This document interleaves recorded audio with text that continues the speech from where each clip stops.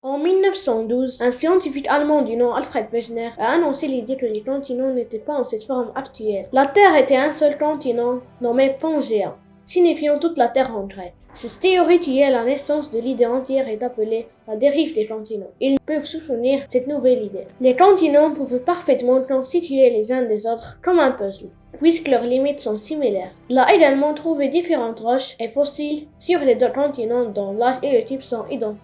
Mais malheureusement, Wegener n'avait pas une explication de cette énorme énergie nécessaire qui a pu pousser les continents.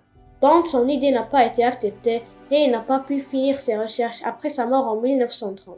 En 1950, les scientifiques commençaient à cartographier la dorsale médio-océanique qui est une énorme chaîne de montagnes sous-marines qui a une longueur de 60 000 km, ce qui lui rend la plus longue chaîne montagneuse sur la planète. Les tests ont révélé que, de plus on s'éloigne du milieu, l'âge du basalte augmente en s'éloignant de la dorsale. Donc, le géologue Harry S. a proposé que cette dorsale était le résultat de la roche en fusion, s'élevant de la sténosphère en donnant naissance à un nouveau basalte qui pousse l'ancien pour faire place pour plus. Autrement dit, la surface de la Terre bouge.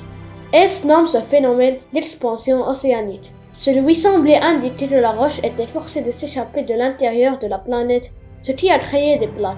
Wegener a supposé une raison similaire, mais il n'a pas eu aucun moyen pour le prouver. Et comme ça, nous avons eu finalement la preuve que Wegener a montré en ce qui concerne la source de cette énergie qui pousse les continents vers les deux sens. Puisque la masse volumique de la croûte océanique est supérieure de celle des continents, le mouvement de rapprochement cause que la croûte océanique plonge au-dessous du continent. Cette zone-là est devenue appelée zone de subduction, et ce phénomène cause la formation des montagnes et des volcans. Ce processus est la raison pour laquelle la plupart des volcans et de montagnes sont situés sur une zone de convergence. Avec la dérive des continents, la cartographie océanique, l'expansion océanique et la subduction de la croûte, être des théories acceptées de la géologie, le monde est maintenant au bord d'un modèle scientifique. À la surface de la Terre, les plaques majeures représentent une profondeur de la sténosphère, 200 km. Ça semble en trois types de mouvements. La dorsale entre la plaque africaine et sud-américaine éloigne les deux continents. C'est un mouvement de divergence. La plaque Nazca et le sud-américain se rapprochent de 7 cm par an par un mouvement de convergence qui crée les montagnes. Tant qu'avec la plaque Nazca, le sud-américain glisse vers le sud en l'appelant un mouvement de collision. Du haut, la Terre a l'air incroyable. De belles montagnes, des forêts relaxantes, mais tout à coup, cette incroyable planète prend vie.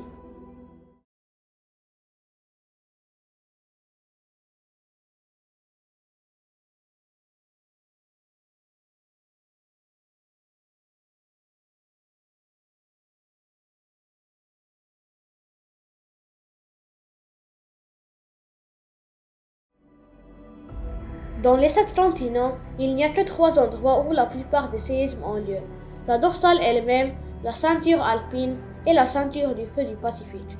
Si on dessine les contours des plaques tectoniques, on observe les régions les plus actives en séisme sont elles où se produisent les mouvements les plus importants des plaques tectoniques, ou plutôt au contour des plaques. Les tremblements de terre sont mesurés par un sismographe. Lorsque le sol tremble, les sismographes dessinent des lignes dentelées pour refléter ces mouvements. De plus la terre tremble, les plus hauts les lignes sont. C'est comme ça que les plaques tectoniques affectent le monde. Mais ce n'est pas fini. Aujourd'hui, en 2021, nous continuons à explorer la tectonique des plaques. Les satellites suivent les mouvements et l'état des plaques et les scientifiques veulent savoir ce qui a traqué la Pangée en premier lieu. Et pourquoi la tectonique des plaques se produit sur la Terre et non dans une autre planète. Cette recherche ne va jamais s'arrêter. Ces forces ont créé des caractéristiques magnifiques, chacune ajoutant un personnage à une si belle planète.